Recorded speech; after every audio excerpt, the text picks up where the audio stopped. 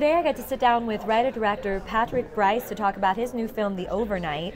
His film stars Taylor Schilling, Adam Scott, Jason Schwartzman, and Judith Godrèche. So Patrick, your movie just premiered. How did the audiences receive it? It was amazing. Yeah? Yeah, it was crazy because like the biggest crowd that had seen it is like 12 people before that, and we went straight from 12 people to 1,200 people at the Eccles seeing the movie, and it was absolutely wonderful. And showing it to friends, you're having to kind of surrender your ego and show, you know, in my case, like fellow filmmakers, like the worst version of the movie that will ever exist, and saying, help, you know, essentially help me make this better. Yeah. So, what camera did you use for this, and why did you choose that camera? So we used 2 Canon C500s with Zeiss super speed lenses. Our DP, John Gulasarian, is incredibly picky. He has a very like kind of specific look for his movies. We wanted to shoot the whole thing at night with practicals. Like we wanted to use the least amount of lighting as possible, and it ended up being a great camera for that. Like, I think the film has a really unique look because of it. So what was it like, the difference between doing a movie that was completely improvised or doing one that was by the book? Did you give your actors a little bit of like freedom to play? Yeah, it was great. I mean, it especially helped me writing-wise, having gone through the process of making a movie where, you know, that was an odd movie. That was me and Mark Duplass going out in the woods together with a 10-page outline with no film crew. Yeah. And, you know, having the story where the characters, the crux of the story is one character is filming the other character the whole movie. You know, first of all, I was having to act, which I hadn't done before. Yeah. But also generate, you know, natural dialogue at the same time. So in terms of going into the writing process, I'd say like having that experience, you know, just made it a luxury that we had this script available to us and we actually knew what we were going to be doing every day, you know.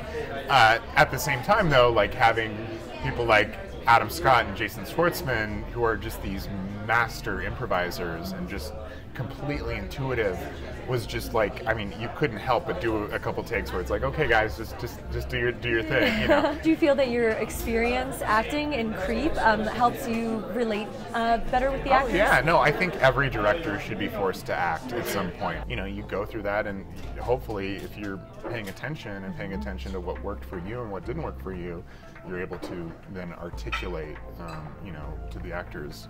So both Creep and The Overnight are very different movies, but they're both about relationships. Can you talk about the similarities and differences? The through line in both of these films is that the slow revealing of these characters and their intentions. So, you know, that is a baseline, I'd say, is the main similarity between the two.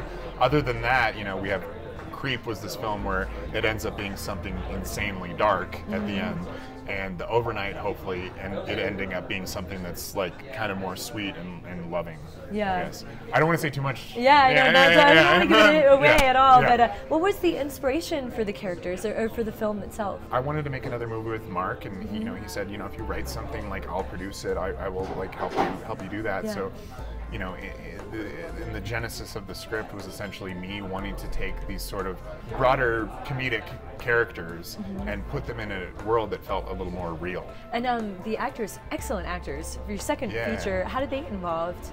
It was kind of a snowball effect, you know, like having Mark obviously, you know, at my side helped, you know, this festival success of Creep helped. And the chemistry, I'm sure, is incredible. Oh my God, it's the best. No, they're all so smart, and just everyone just brought it. It was so sweet. This was mostly shot at night. I know how horrendous it is to be on a night shoot. The whole film, for the most part, takes place at night. So I don't know. There's something about just staying up super late that kind of creates a strange energy. You know, like some of my greatest memories growing up are just staying up until the dawn, laughing with my friends, and that's very much the vibe that it was on set. You know, things would get loopier and loopier and loopier as the night went on, and then once you hit like 4 or 5 o'clock, it became like, okay, we need to get home. You know, like and get to sleep. I think it created this kind of just odd energy, and I feel like it's palpable in the movie and in the performances. Like, the movie's kind of about these people staying up all night and getting really exhausted and crazy, and everyone was really exhausted and crazy. Well, what's next for you? Yeah, no, I've got a couple things I'm writing right now, and The Creep's going to be coming out this year, actually, and hopefully be coming out this summer. Cool. Thank you very much. Thank you guys. I'm so excited to see the film this week. Join How We Make Movies tomorrow on StudioDaily.com as we hit the streets to see which films are getting the most buzz this week at Sundance.